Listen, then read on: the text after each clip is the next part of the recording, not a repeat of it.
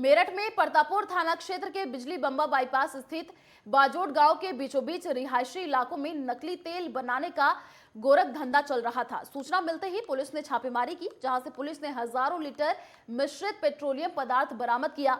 वहीं दर्जनों ड्रम और 3 मिश्रित करने के उपकरण भी बरामद किए गए हैं, जिसके बाद पुलिस ने तुरंत मामले की जानकारी आपूर्ति विभाग को दी। इसी दौरान मौके पर पहुंचे आपूर्ति विभाग इंस्पेक्टर दिनेश चंद्र ने बताया कि हजारों लीटर तेल मिश्रित है, जो गांव के ही व्यक्ति के यहां किराए पर रहकर वसीम नाम का व्यक्ति इस गोरख धंधे को चला रहा था। ग्रामीणों के मुताबिक यहां से तेल लेकर जाने वाली गाड़ियां कुछ आसपास की प्राइवेट कंपनियों के पेट्रोल पंप पर भी देखी गई हैं, जिसे देखकर लगता है कि यहां से बनने वाला नकली तेल कई प्राइवेट पेट्रोल पंप पर भी सप्लाई किया जाता था, जिसकी जांच में सप्लाई विभाग और पुलिस जुटी हुई है।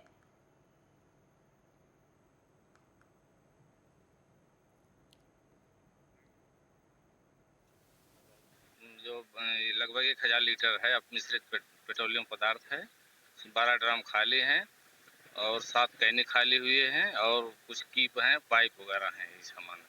सर ये किसका बताया जा रहा है और ये तेल देखकर कैसा लग रहा है कि बनाया हुआ है या कहीं से वैसे लाया हुआ है चोरी का? नहीं, अब मिश्रित है, देखने पता चल रहा अब मिश्रित है।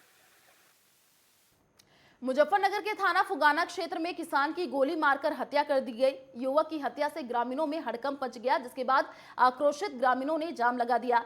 इसी दौरान सूचना मिलते ही मौके पर पहुंची पुलिस ने शव को पोस्टमार्टम के लिए भेज दिया।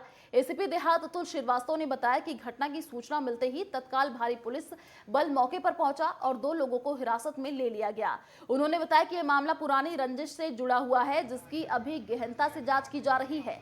मामले का जल्द से जल्द खुलासा कर दोषियों को जेल भेजा जाएगा। साथ ही ये भी कहा कि मर्डर को लेकर ग्रामीणों में आक्रोश था, जिसकी वजह से उन्होंने जाम लगाया था और वह त्वरित कार्रवाई की मांग कर रहे थे। उन्हें समझा बुझाकर शांत किया गया और अग्रिम कार्रवाई शुरू कर दी गई।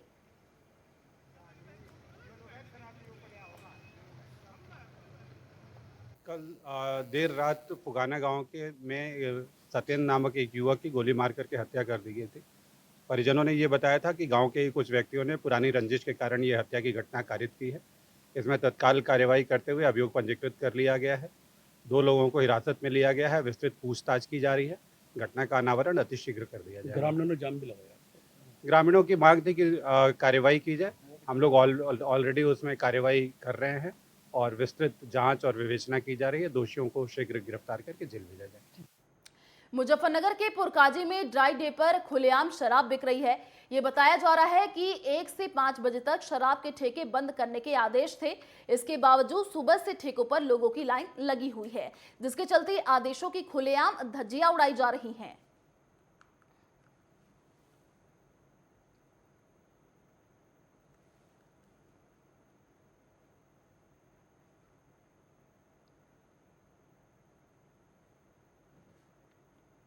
चलिए रुकते एक छोटे से ब्रेक के लिए, जल्द लौटेंगे कुछ और खबरों के साथ।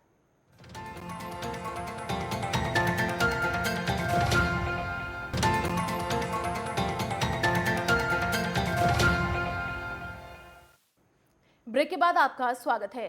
गोंडा में जहां कोटेदारों और खाद्यान्न कार्ड धारकों के लिए शासन ने बड़ी सहूलियत देते हुए एक नई स्कीम को लागू कर दिया है, जिससे अब कोटेदारों को उनके दुकान पर ट्रक के जरिए से सीधे खाद्यान्न उनकी दुकान पर पहुंचेगा। जिलाधिकारी डॉक्टर उज्जवल कुमार ने single stage door step delivery truck को हरी झंडी दिखाकर रवाना किया। खाद्य और रसद विभाग से उचित पर दुकान पर खाद्यान्न की single stage door step delivery के तहत कोटेदार की दुकान पर अब सीधे अनाज पहुंचेगा, जिससे बड़े स्तर पर घटतौली और खाद्यान्न की कालाबाजारी पर रोक लगेगा। वहीं कोटेदार भी खाद्यान्न कार्ड धारकों को उनके यूनिट के हिसाब से खाद्यान्न का वितरण कर सकेंगे। जिस ट्रक से खाद्यान्न कोटेदार की दुकान पर पहुंचेगा, उसका एक रूट बना होगा और ट्रक की ऑनलाइन ट्रैकिंग होगी। जैसे ही निर्धारित रूट से ट्रक डायवर्जन करेगा तो उस ट्रक मालिक पर कार्रवाई की जाएगी। गोंडा में 16 में से 11 ब्लॉकों में टेंडर हो गया है। जिले के हर कोटेदार की दुकान पर गोदाम से सीधे उसके दुकान पर खाद्यान्न पहुंचेगा।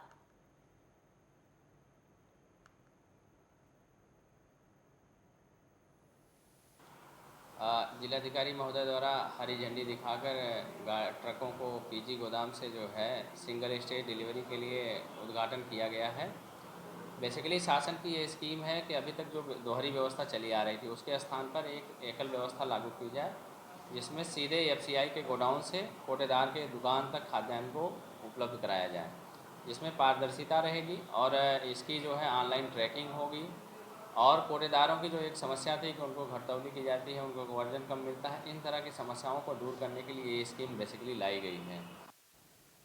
सीतापुर में राजकीय इंटर कॉलेज प्रधानाचार्य संगोष्ठी का आयोजन किया गया, जिसकी अध्यक्षता जिलाधिकारी महोदय अनुज सिंह ने की। इसमें समस्त सीतापुर जनपद से समस्त विद्यालयों से आए हुए प्रधानाचार्य ने अपने विचार व्यक्त किए। विशेषतः यह कार्यक्रम छात्र केंद्रित रहा। इसमें छात्रों के संपूर्ण विकास से संबंधित पहलुओं पर चर्चा की गई व पढ़ाई लिखाई के साथ ही 5-6 सहगामी क्रियाओं पर भी चर्चा की गई। छात्रों को प्रेरित करने की विधियों पर चर्चा हुई व विशेषता छात्रों को नियमित अखबार पढ़ने के लिए सलाह भी दी गई और समाज कल्याण विभाग की ओर से संचालित कोचिंग अभ्युदय को लेकर भी छात्रों को प्रेरित किया गया कि अधिक से अधिक संख्या में छात्र इससे लाभान्वित हो सके। इसमें जिला विद्यालय निरीक्षक समस्त प्रधानाचार्य को यह निर्देश भी दिया गया कि जिन विद्यालयों के छात्र अच्छे अंकों से उत्तीर्ण हुए हैं, अच्छी मेरिट लाए हैं, उनके फोटो बैनर पर लगाए जाए, जिससे कि अन्य छात्र प्रेरित हो सके।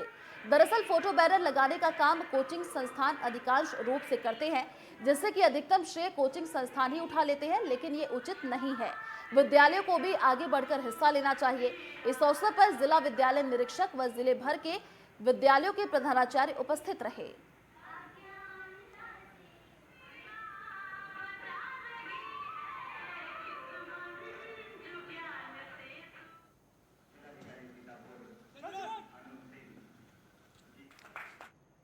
कानपुर देहात के अकबरपुर ब्लॉक के तोड़ा मोहम्मदपुर गांव में बने कुएं में गिरे बकरे को बचाने के लिए नीचे उतरे एक शख्स की मौत हो गई कि 3 अन्य युवक बेहोश हो गए।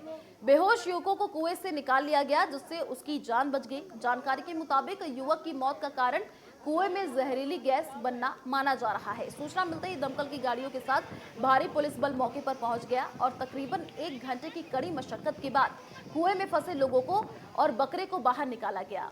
फिलहाल कुएं में फंसे सभी लोगों को जिला अस्पताल ले जाया गया है, जहां एक को डॉक्टरों ने मृत घोषित कर दिया। वहीं 3 लोगों की हालत स्थिर बताई जा रही है।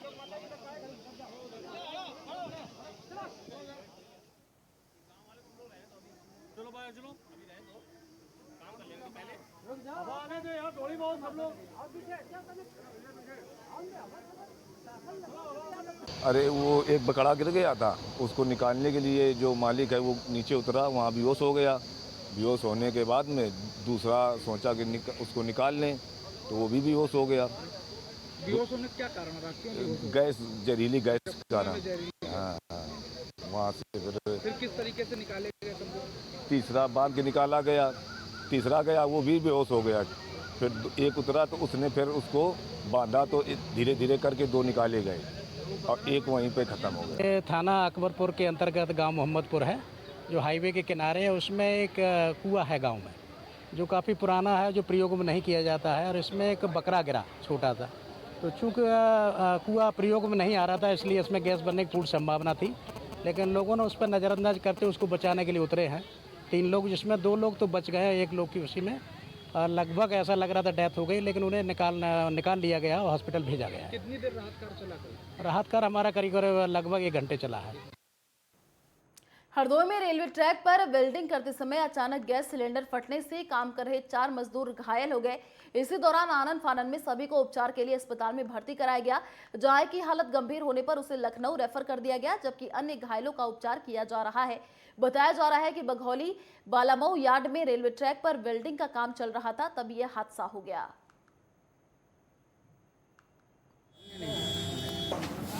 अभी CSC कछौरा से हमारे पास 4 लोग रेफर होके आए हैं, जो किसी ऑक्सीजन सिलेंडर फटने के कारण इनको चोट आई है, जो कहीं काम कर रहे थे।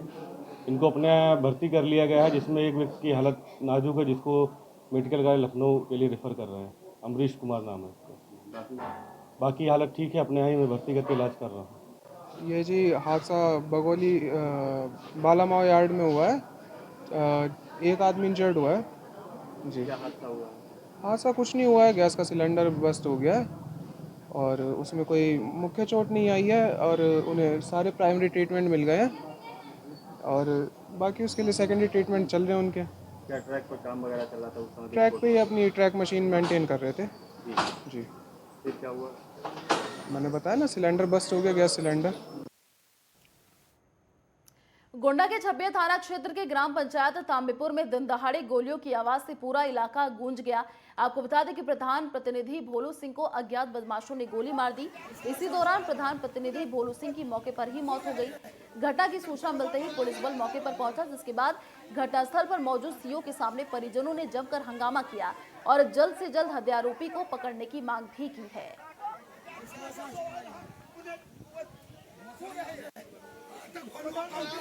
ये छोटे भाई हैं, ग्राम सभा के प्रधान थे। इसी रंजिश से जो है उन्होंने गोली हमारे सामने आकर के मारा। बाग में आज कैसे यहाँ पहुँचे? बाग में यहाँ एक बाबा थे, एक्सपायर किए थे, तो उन्हीं का आज मतलब पूर्ण तिथि था, साल वर्षी थी। अच्छा, यहाँ आए उसके बाद क्या हुआ? उसके बाद आए हैं, होम हम सब काट रहे थे जी, और वो आया 5 मिनट उसी बाग में खड़ा था। उसके बाद बगल में आकर के साइड से दोनों हाथ में कट्टा लेकर के और पीछे से तलवार से। बागपत में मिजोरम के राज्यपाल सत्यपाल मलिक ने एक बार फिर से केंद्र सरकार पर बड़ा हमला बोला है। उन्होंने कहा कि केंद्र सरकार की ओर से लाई गई अग्निपथ योजना सेना और नौजवान दोनों को बर्बाद करके रख देगी। 4 साल के लिए भर्ती होने वाले नौजवान अपनी शादी को भी तरस जाएंगे। दरअसल खेकड़ा में दिवंगत शिक्षक नेता गज सिंह धामा की मौके पर ही मौत के बाद उनके आवास पर शोक प्रकट करने पहुंचे थे। इसी दौरान पत्रकारों से रूबरू होते हुए राज्यपाल सत्यपाल मलिक ने कहा कि केंद्र सरकार की ओर से सेना भर्ती के लिए लाई गई अग्निपथ योजना सेना और नौजवानों को बर्बाद कर देगी। ये योजना पूरी तरह से गलत है और इसे सरकार को जल्द से जल्द वापस ले लेना चाहिए। हरियाणा के मुख्यमंत्री का नाम लिए बगैर राज्यपाल सत्यपाल मलिक ने कहा कि 4 साल सेना में नौकरी करने के बाद इन युवाओं को नौकरी देने की बात वह कर रहा है जो दोबारा से मुख्यमंत्री भी नहीं बनेगा। चैनल की डिबेट में सेना के अधिकारियों को बैठाना बिल्कुल गलत है, इससे सेना का सम्मान घट रहा है। उन्होंने कहा कि रिटायरमेंट के बाद भी कश्मीर पर किताब लिखेंगे और इसके अलावा युवाओं के साथ उनकी समस्याओं के साथ खड़े नजर आएंगे। एमएसपी पर पूछे गए सवाल पर बोलते हुए राज्यपाल सत्यपाल मलिक ने कहा कि सरकार ने किसानों से वादा किया था कि एमएसपी पर जल्दी कमेटी का गठन किया जाएगा, लेकिन इस बारे में अब सरकार पूरी तरह से चुप है। ना ही कमेटी बनी है और ना ही एमएसपी लागू हुई है।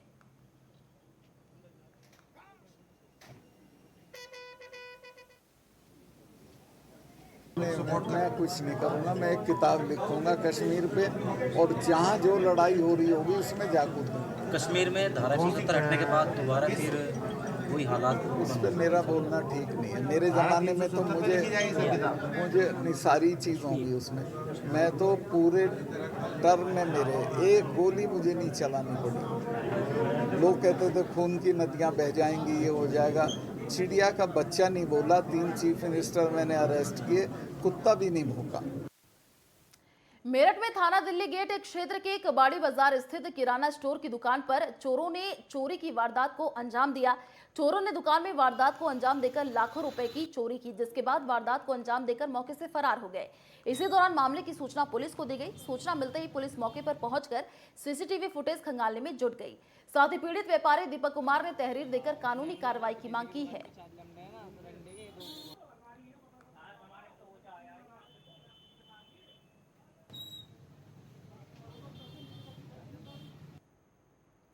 संभल के थाना गुन्नौर क्षेत्र में बबराला गंगा घाट में एक बड़ा हादसा हो गया, जहां गंगा में डूबने से 2 दोस्तों की मौत हो गई। गंगा में 2 युवकों के डूबने की सूचना मिलने के बाद पुलिस मौके पर पहुंची। इस दौरान गोताखोरों ने गंगा से शवों को बाहर निकाला। बताया जा रहा है कि स्नान करते समय यह हादसा हुआ। 2 दोस्तों की मौत की सूचना मिलने से परिजनों में कोहराम मच गया।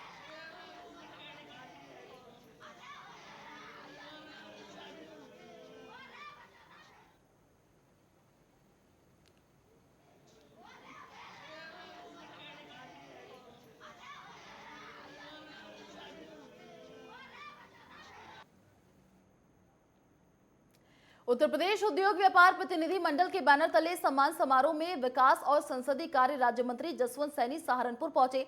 सहारनपुर में नकोट कस्बे में मंत्री जसवंत सैनी का लोगों ने जोरदार स्वागत किया। दरअसल व्यापार प्रतिनिधि मंडल ने स्वागत समारोह का ये आयोजन किया था। राज्य मंत्री ने कहा कि उत्तर प्रदेश में योगी आदित्यनाथ के नेतृत्व में ऐसी सरकार बनी है जो सभी का ध्यान रखती है। सरकार व्यापारियों का, गरीबों का, किसानों का, सभी के हितों का कार्य कर रही है।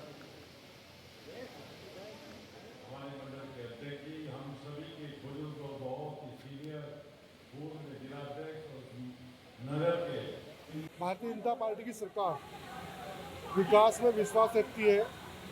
और आप लोगों को जानकारी है ही कि उत्तर प्रदेश में सरकार बनने के बाद 2018 में इन्वेस्टर समिट बुलाई गई थी, जिसमें 4,68,000 करोड़ रुपये के प्रस्ताव आए थे, जिनमें से 3 लाख करोड़ रुपये की योजनाओं का काम शुरू हुआ। और अभी 3 जून को उत्तर प्रदेश के अंदर ग्राउंड ब्रेकिंग सेरेमनी का आयोजन किया गया, जिसमें 1406 इकाइयों में 80,000 करोड़ रुपये का निवेश का शिलान्यास माननीय प्रधानमंत्री जी के द्वारा किया गया है। यानी कि उत्तर प्रदेश के अंदर जयपुर से लेकर के और बलिया तक उद्योग लगे। चलिए फिलहाल इस बुलेटिन में इतना ही। देश और दुनिया की तमाम बड़ी खबरों को देखने के लिए आप देखते रहिए नेटवर्क 10। जय हिंद।